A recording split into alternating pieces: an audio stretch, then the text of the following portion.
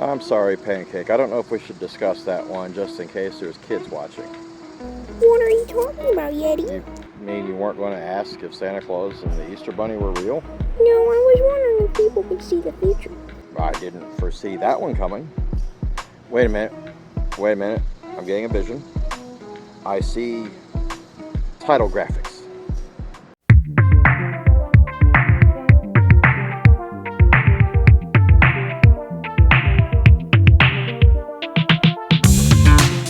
Accounts of people being able to somehow see or know the future date back to antiquity.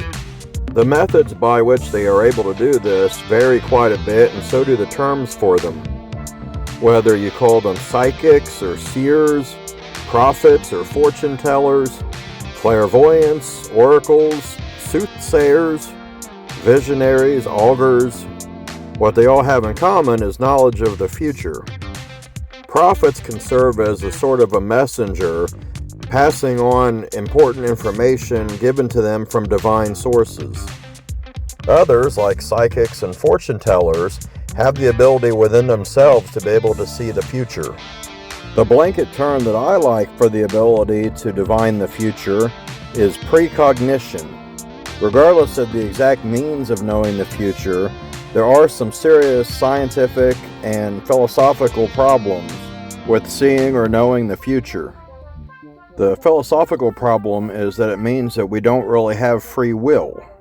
To be able to see or know the future means the future is already there, set in stone, as is every event that takes place between now and us arriving at that predetermined future.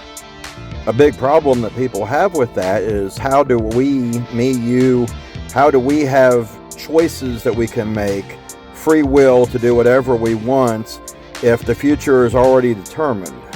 Our choices would already have to be made. Yeah, there's lots of small choices, but what about the major events? I think that we make an awful lot more decisions than we realize every single day. And it's not just us. There's 8 billion of us making decisions like this all the time. And it's not just the humans. Every single animal on this planet's making decisions all the time. If we stop to think about all the decisions being made all the time, I mean, it's millions, billions, trillions, effectively infinite.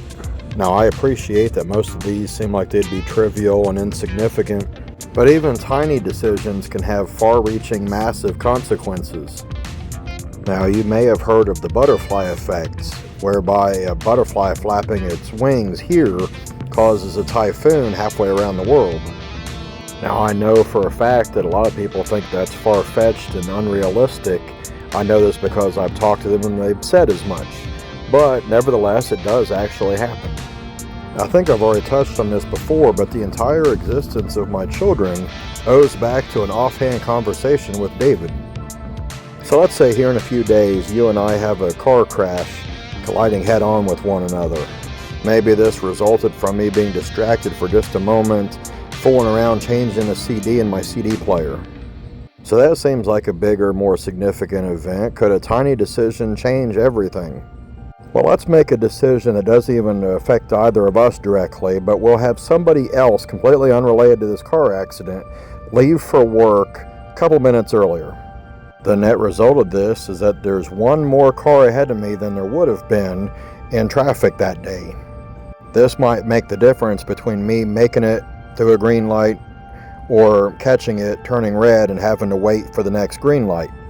So now while I'm stopped at that red light, I change my CD then while stationary, so whenever I do arrive at the intersection where we were supposed to have a crash, I'm no longer distracted because I've already switched the CDs out, and you're not even there because you're 2 minutes ahead of me. So here, a seemingly meaningless choice made by somebody known to neither of us had a huge impact on both of us. It seemed like a decision that wouldn't affect anybody or anything, but it did. And nobody will ever know. Somebody's choice between having the chicken or the fish for lunch might seem insignificant, but maybe the chicken is a safe choice, while the fish is bad and will make them very sick. Well, they chose the fish, and as a consequence, they got very sick. Because they were violently ill, they stayed home rather than going to work. Because they didn't go to work, they weren't there when a psychopath armed with several guns came in and shot and killed everyone. A trivial decision like fish or chicken made the difference between life and death. We have no real way of knowing the far-reaching effects of our little choices. So the philosophical problem here with foreseeing an event that hasn't taken place yet, that's somewhere down the road, is that there's infinite choices that everybody has to make between now and then, and all of those choices have already been made. A major scientific problem with precognition is that it violates the principle of causality. So what we're talking about here is cause and effect. An effect can't exist before its cause. So for an example, an effect would be fireworks bursting in the sky. And a cause could be taking a lighter to the fireworks to light them. The fireworks can't go off and then you light the fireworks. Another effect could be a pitcher of water being shattered by a bullet. And then the cause of that could be somebody pointing a gun at it and shooting it. The bullet shattering it before even being fired would violate the principles of causality. Why would anyone do that? I don't know, just go with it. Now there's other scientific problems with precognition violating the laws of physics as we know them. Information being sent from the future back to the past would require that information traveling faster than the speed of light, which isn't possible based on our current understanding of physics. And doing so would violate the second law of thermodynamics, as time reversal would require a decrease in entropy. But entropy in a system always increases or at least stays the same. Now I'm not going to dive into it any deeper than that because, truth be told, I'm not a physicist. I did do a bit of entry-level physics back in college, but even then that was 20-some years ago. I have read up on stuff a bit, but I am definitely not an expert, and I don't want to trample all over it, making a complete mess of it. For a deeper look, there's always Google. Has anyone done experiments on this? As a matter of fact, some have. For example, social psychologist and Professor Daryl Bem conducted several tests and published a paper titled Feeling the Future. Now, from what I've read, his tests were varied, but basically he was measuring for emotional responses to pictures. So one experiment would have people being shown two identical images just mirrored from each other, but they'd have to pick one that they favored. But what the subjects didn't know was that their choices were being influenced by subliminal images being flashed. And the images used in these experiments could be either positive and stimulating or negative. But being influenced by subliminal imagery isn't really interesting or new. But what was interesting was that he seemed to be measuring a reaction to images that they haven't quite seen yet. So maybe, for example, a negative response might be measured a few fractions of a second before the negative image was flashed. So the obvious implication here is that subjects were sensing somehow that a negative image was coming up before it was shown. So wow, that's really interesting and awesome, and it got him published in well-respected journals. It got him on Stephen Colbert. But good science needs to be debatable, it needs to be testable, replicatable. If you had seen our episode about ghosts, and remember the weight of a soul, Dr. Duncan McDougall's methodology was heavily scrutinized, and when people tried to replicate his results, they weren't able to do so. We have the exact same situation here with Daryl Bem's Feeling the Future, with several criticizing his methodology, but also several trying to replicate his results and were not able to do so. Unfortunately, a frustration for many of these researchers was that they couldn't get anybody to publish their findings. If a crackpot comes along with some kind of sensational findings, they won't have any trouble getting people to give them airtime on TV, to get them published in a journal. I guess because it's interesting and exciting, and I guess nobody wants to hear from Debbie Downer. So his results were interesting and they were cool, but unfortunately they need to hold up to scrutiny, and they so far have not. What about Nostradamus? Didn't he predict a bunch of stuff? And there it is. Here we go. Perhaps the meat of the video. Everybody's favorite fortune teller, Nostradamus. Now, there's an alternative name for him that I like, but I won't use it here to keep the video fluffy. The first half of it's the same. The second half sounds similar to Damus, but not quite. So his alleged predictions were in the form of quatrains.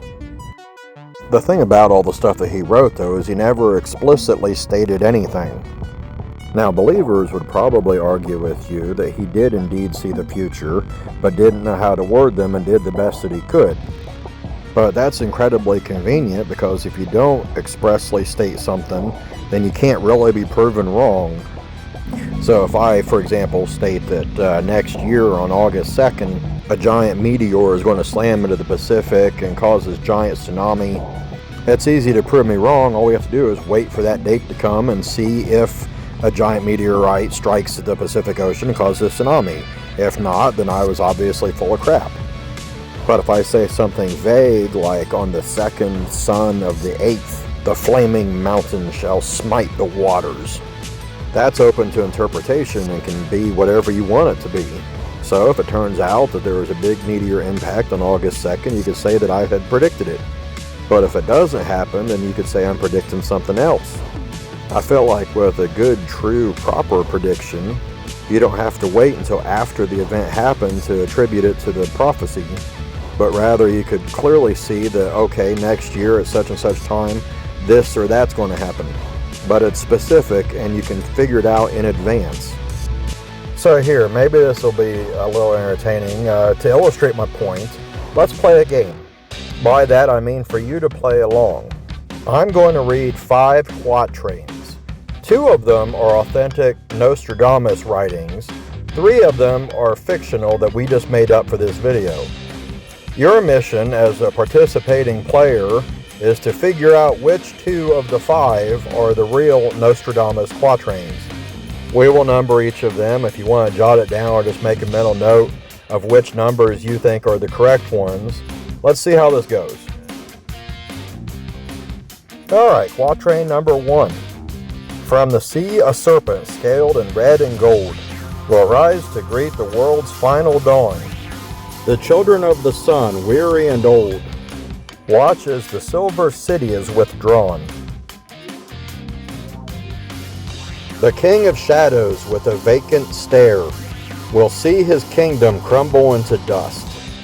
100 flags will fly in morning air as loyalties are broken by a gust.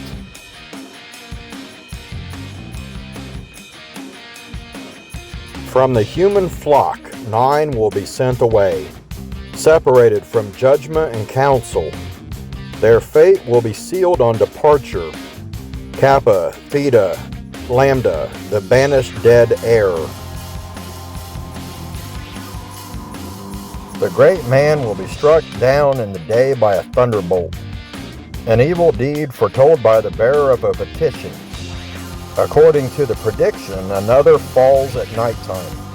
Conflict at Reims, London, and a pestilence in Tuscany. From distant lands, a fire-tongued decree will wake the sleepers from their peaceful rest. The final harvest cast into the sea, to put the faith of all men save 5 to the test. So, how do you think you did? Feel free to pause it while you think about it, or even go back and replay that part again and give it another listen and see what you think. But I reckon it was pretty easy to differentiate between the real-life, genuine Nostradamus predictions and the phonies that were just gibberish. Now, with my selection of the 2 real Nostradamus predictions, I tried to pick some more obscure ones instead of the really famous ones that we've all heard, hoping to make the experiment, this little game, a little bit more fair. So Pancake, you want to help me out here and show the viewers which were the correct Nostradamus predictions? Okay, Yeti. 3 and 4. So, how did you do? Was it easy to tell which ones came from the guy that could see the future through a bowl of water? If you did correctly pick out the Nostradamus predictions, did you figure out which events he was predicting? Let's double back around to those Nostradamus predictions that we just used, analyze them, and see if we can figure out what he's on about. From the human flock, 9 will be sent away, separated from judgment and counsel. Their fate will be sealed on departure. Kappa, Theta, Lambda, the banished dead heir. So what are your thoughts on this? What do you think it could be? From what I've read, a common theory is that it was the Space Shuttle Challenger, which tragically exploded 73 seconds after takeoff on January 28, 1986. So apparently the flock of 9 is supposed to refer to the Challenger crew, and I guess being sent up into space is a possible interpretation for the line about being sent away, but the bit about Kappa, Theta, Lambda doesn't really seem to fit in any way. The official cause of the explosion was a failed O-ring, and evidently a popular theory is that if you take Kappa, Theta, Lambda and rearrange the letters, it makes the spelling of the company that made the O-ring. But I don't know, that doesn't even work for me, and I think it's quite a stretch. So what about the 9 sent away in reference to the 9 crew members? Well, maybe it would have been awesome had it nailed that part, but there weren't 9 crew members, there were only 7. Now, famously, NASA had a teacher in space project, the first of which was sent up with the Challenger, so maybe believers might want to argue that it was 7 crew plus the teacher, but 1, that would still only make 8, and 2, she was counted among the 7 crew. So I'm sorry, Nostradamus believers, but it was still 7 total. Alright, now the other prediction. The great man will be struck down in the day by a thunderbolt, an evil deed foretold by the bearer of a petition. According to the prediction, another falls at night time. Conflict at Reims, London, and a pestilence in Tuscany. So this one is often attributed to the JFK assassination. So let's start at the top. So first we have him struck down by a thunderbolt, and we could say that that was a metaphorical description of being shot by a gun, maybe by somebody that wasn't familiar with guns. However, Nostradamus lived in the early 1500s, and by then they were already in Europe, with cannons first appearing in the early 1300s, followed later in the century by hand cannons. So I would think that he would be familiar with guns, but okay, maybe he was being metaphorical. So what about the second part about the petition? Well, so that's supposed to be the various death threats that he received, although I don't think it sounds very much like it fits the definition of petition. Then there's the line about another that falls at nighttime, which is said to describe Bobby Kennedy, but he didn't fall until 5 years later. And what of the conflict in Reims, London, and the pestilence in Tuscany? What could that possibly have to do with the JFK assassination? Well, supposedly that's about the world mourning the death of JFK, but I don't know why he would narrow it down to just mention 2 specific locations. And I'm not sure how it's supposed to be that mourning is somehow conflict and pestilence. I mean, to me, conflict sounds more like maybe a war, and then pestilence for something like disease, plague. I feel like describing sadness as war and plague is a bit melodramatic. And by a bit, I mean a lot. If you're going to be talking about conflict and pestilence, you better be talking about the 4 horsemen of the frickin' apocalypse. Now, just to clarify, I don't mean that to downplay the assassination of Kennedy. It was before my time. Unfortunately, I wasn't there to get to know Kennedy personally from experience, but I know he was historically very well liked. He had one of the highest approval ratings of any U.S. president. In fact, looking over data from every president back to FDR, he and FDR were the two highest rated on record. That's out of the past 16 presidents. My parents were there for JFK and for Bobby Kennedy. I've seen programs and read about them, and my impressions were very favorable, that they seemed like two really great men, and it seemed like they were well loved, not just here in the United States, but abroad all across the world. So yes, their assassinations were very terrible, but I don't think that that fits the description, though, of this Nostradamus prediction. So returning to the question of, didn't Nostradamus predict a bunch of stuff? No, he did not. In fact, he predicted 0 things. Now we come to a tricky part for me. As I think I've touched on several times in the past few videos, I'm open to different things, like when we were talking about big feet and whatnot. I'm open to them, they're interesting, but I'm not sold on them. I need compelling evidence, and anecdotes are interesting, but they're not very good evidence. So using the example of the cryptids, if somebody did see Bigfoot, that doesn't convince me, but they're convinced because they've seen it. So that's the tricky part for me here. I do have my own personal anecdote to add to all this, even though I know it doesn't stand up as proof. And to be honest about it, even though it is my experience, my memory, I'm not even convinced. That's because I know how the brain works, and I know how unreliable experiences and memories are. I've touched on this back in the ghost video. So just because I have a memory of something doesn't mean that it did happen the way I remember it. And I've talked to people that knew about it from the time, but I have no way of knowing if their memories weren't contaminated by stuff that I had said. So if you had seen our video about ghosts, you may recall me addressing the unreliability of memories, and I touched on a story from my childhood when me and a few friends got lost in the woods. There was more to the story, but I didn't dive deep into all that. We just touched on it enough to point out how a friend of mine remembered it a lot more interesting than how it actually happened. In the weeks leading up to that day that we got lost in the woods, I had had an occasional dream. It was a recurring dream that I had several different nights of a few people out in the woods, but I couldn't quite make out the details of exactly who they were. I just got the impression that they were people that I somehow knew. But they end up at the top of a cliff, and one of them falls to their death. Now, the first time that I had this dream, I didn't think anything of it. But after having it several different times on several different nights, each time from I would describe it as a different camera angle, I started to get concerned that something is trying to tell me something, that somebody that I know is going to end up lost in the woods and at the top of this cliff and fall to their death. Now, the last time I remember having this dream, it was a Friday night, and I remember deciding, okay, I don't care how crazy people think I am. When I go to school on Monday, I'm going to warn everybody that'll listen to me about it that somebody I know is going to end up in a situation and they're going to fall to their death, and I don't want that to happen to anybody.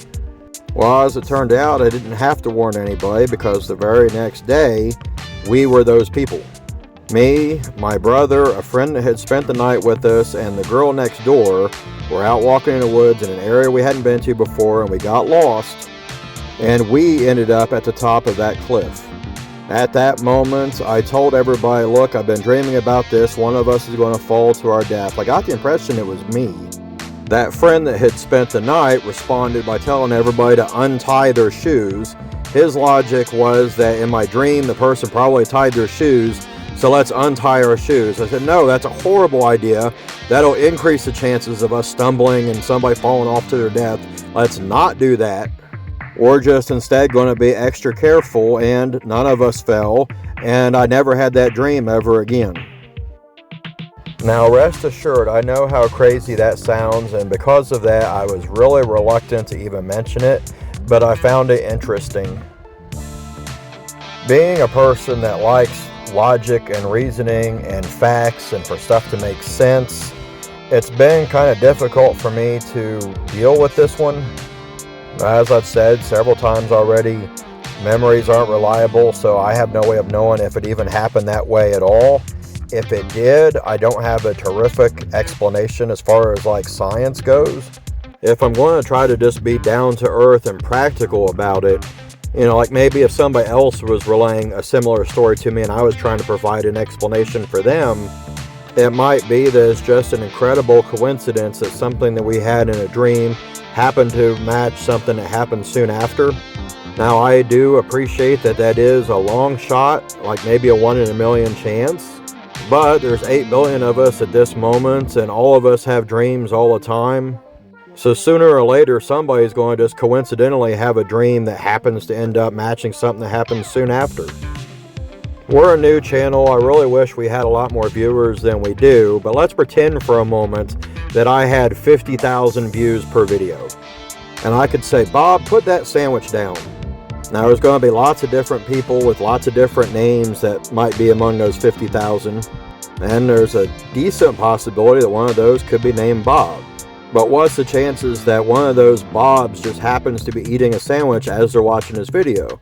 Well, it's not great, but it's not outside the realm of possibility. For 99.99999% of viewers, that comment wouldn't have meant anything. But for that one random Bob eating a sandwich, that might have been mind-blowing. And the thing about dreams is, I always hear about all these interesting, fascinating, fun dreams that people have, people flying and whatnot. I never really seem to have anything really interesting like that. Mine are almost always, not always, almost always, mundane, just day-to-day stuff that could actually happen. But my understanding from programs I've watched and things I've read about dreams is that a theory is that dreams are a safe way for us to rehearse things that might happen. A lot of animals even dream, and for an example for the animals is maybe a deer might have a dream about what it would do if it's being attacked by a predator. So dreams would be a safe way for it to rehearse what it would do without any real consequences. I've also read it suggested that dreams are a way for us to process what we've experienced lately and to log stuff into memory. So if dreams are just us using stuff from our daily experiences and possibly rehearsing potential scenarios that we might end up in, it doesn't seem outside the realm of possibility that they would just happen to have something that we could end up running into in real life. How can a person see the future if the future can change? And that's maybe the $64,000 question here. How can we see a future if the future isn't already there? If the future is already there and already exists, then how could a person seeing that future be able to change it? If it can be changed, then it seems it's not set in stone. And if it's not set in stone, then how can it be seen? I suppose a possible argument from believers is that it's a possible future. Well, that sure sounds like we're getting into the multiverse. Now, people that aren't particularly interested in science may only know of the multiverse from Marvel movies. It does seem to be an increasingly popular trope, but it's a notion that has existed outside of science fiction, possibly back to at least the 5th century BCE. Now, from everything that I've read about it so far, it seems to be strictly theoretical right now as far as science is concerned. In the scientific community, the multiverse has its proponents as well as opponents.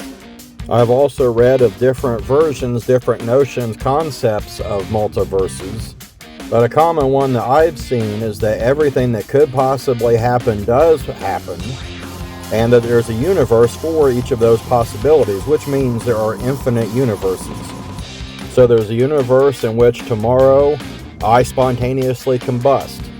In another, I'm instead hit by a car. In still another one, I choke to death on my lunch tomorrow. There's a universe where I oversleep, one where I get sick to my stomach, one where absolutely nothing remotely interesting happens. So if I'm going to have some kind of precognitive dream, for example, how do I know, or whatever is deciding this, know which of those infinite possible universes to show me? I definitely wouldn't be able to handle all infinite of them. That would seem like cognitive overload. So let's say I have a vision, I see the future, and using that information, I change the future Couldn't that interfere with somebody else's future that they had foreseen? Well, maybe we only see the most probable future, and it's something that's not terribly far down the road, and somehow there's a strict limit of one precog per time per universe. Well, if you believe in something like Nostradamus seeing stuff centuries down the road, wouldn't that mean that nobody else can see the future until all of his stuff came true? Which would then mean whole centuries of nobody else being able to see the future. I've seen photographs of psychic conventions that were closed due to unforeseen circumstances, and I assume every one of them's a joke, but it is kind of funny. But when I was a young Yeti, I remember seeing ads for psychic hotlines on television all the time. But what I don't remember are all the news headlines of psychics that struck it rich because they were able to foresee the winning lottery numbers. So you had all these psychics that could somehow see your future, but somehow could not see their own.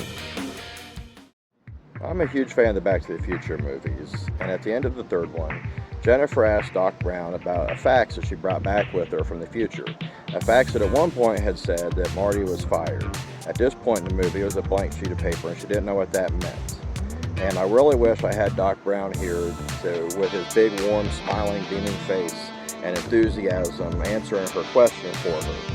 But what he told her was, "Your future hasn't been written yet. No one's has. Your future is whatever you make it, so make it a good one."